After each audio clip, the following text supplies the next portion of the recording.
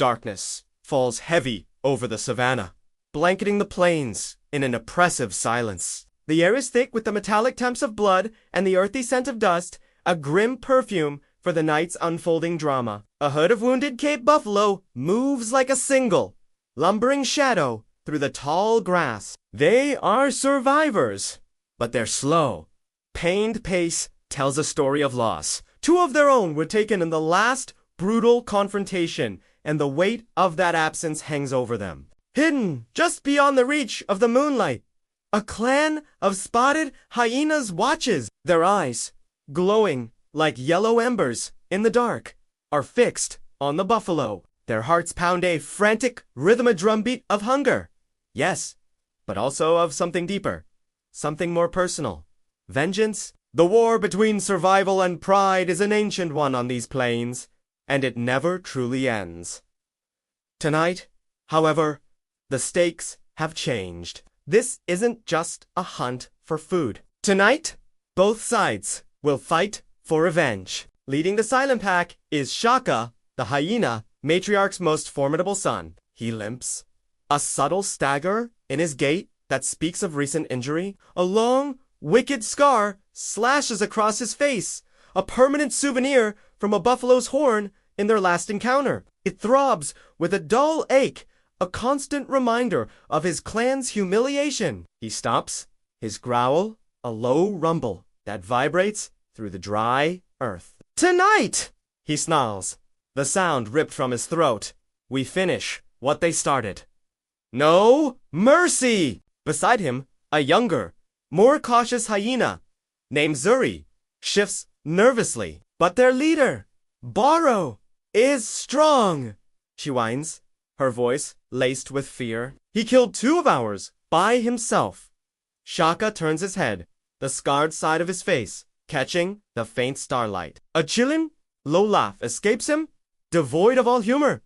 And that's why I'll take him myself, he declares. With a flick of his ear, he gives the signal. The hyena clan melts into the shadows, splitting into 3 groups, moving as silently and deadly as ghosts through the night.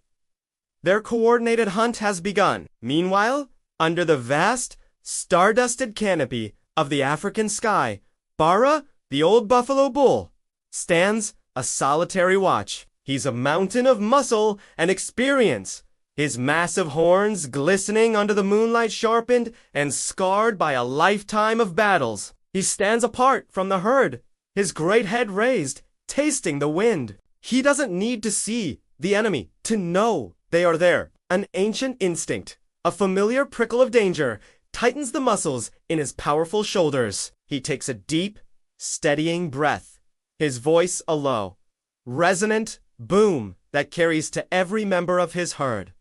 They'll come again, he rumbles. Protect the calves. Let them come for me.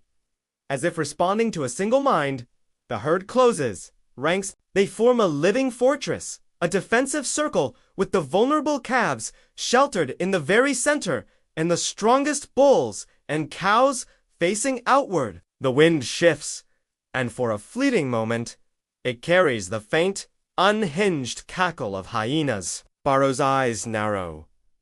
A shadow detaches itself from the darkness. Then, another! He lowers his head, horns aimed at the encroaching threat. Here they come! The night erupts. Chaos explodes as the hyenas charge from 3 directions at once.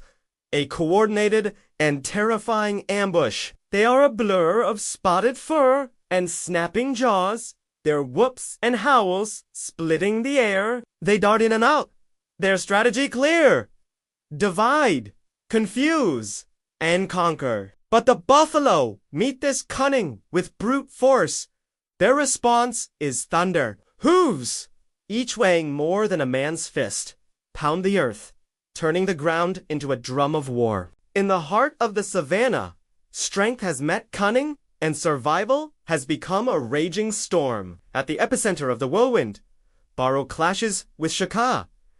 It is a primal duel, horn against jaw, ancient rivals locked in a dance of death. Dust and blood mix, creating a thick, blinding haze. Shaka, agile and relentless, leaps, sinking his teeth into Barrow's massive shoulder. The old bull roars in pain and fury, and with a violent heave of his neck, he throws the hyena leader off. He doesn't pause, immediately turning and tossing a smaller, overeager hyena high into the air with a flick of his horns. The battle for the savanna has reached its bloody peak. While the leaders are locked in their personal war, Zuri and 2 other hyenas see their chance. They break from the main fight, their eyes fixed on the center of the buffalo circle the calves. They dart towards the most vulnerable members of the herd, but their path is blocked by a young bull, barely more than a calf himself, his horns still short. Filled with a courage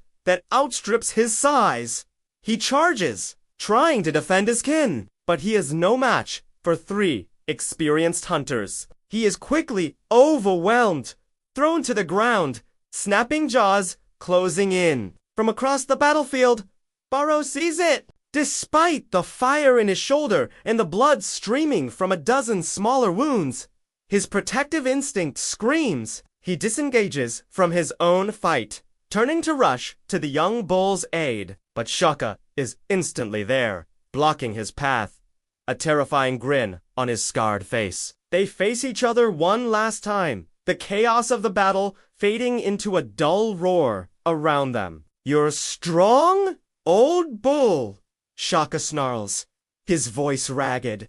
"But tonight, you fall." Barrow plants his hooves, his massive head low. "Then I'll fall, stand in," he bellows. They collide with the force of an avalanche.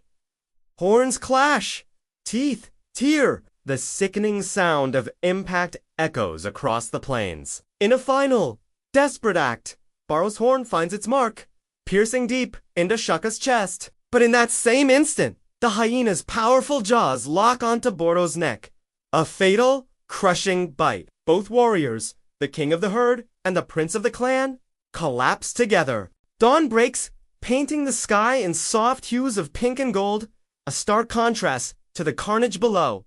The battle is over. The frantic whoops and roars have been replaced by a heavy, profound silence. Half of the hyena clan lies still on the blood-soaked ground. The survivors, broken and defeated, have retreated into the shadows of the forest. The buffalo stand victorious, but their victory is bittersweet. Their leader, Barrow, lies unmoving. The young bull he saved, now standing on shaky legs, approaches him cautiously. He nudges the old warrior, but there is no response. In every war of nature, heroes rise and legends must fall. As the sun climbs higher, casting its warm light on the scene, the herd instinctively forms a circle around their fallen leader. It is a silent, solemn tribute, an honor guard for the bull who gave his life for their future. Later that evening, as the sun begins its descent once more, a new leader guides the herd to water. It is the young bull, the one Barrow saved. He moves with a newfound gravity, the weight of leadership settling on his young shoulders. He pauses, looking back toward the horizon, to the spot where Barrow had stood his final watch. The plains, remember? They remember every roar, every scar, every sacrifice. Because here, in the wild, the cycle is absolute. Even death feeds life. Vultures circle high in the orange sky, and the savanna glows golden, indifferent, and eternal. Victory is never without loss. Thank you for watching this epic confrontation. The story of the clans is not over. Be sure to subscribe and hit that notification bell, because you won't want to miss what happens next in part 4, Rise of the Hyena Queen.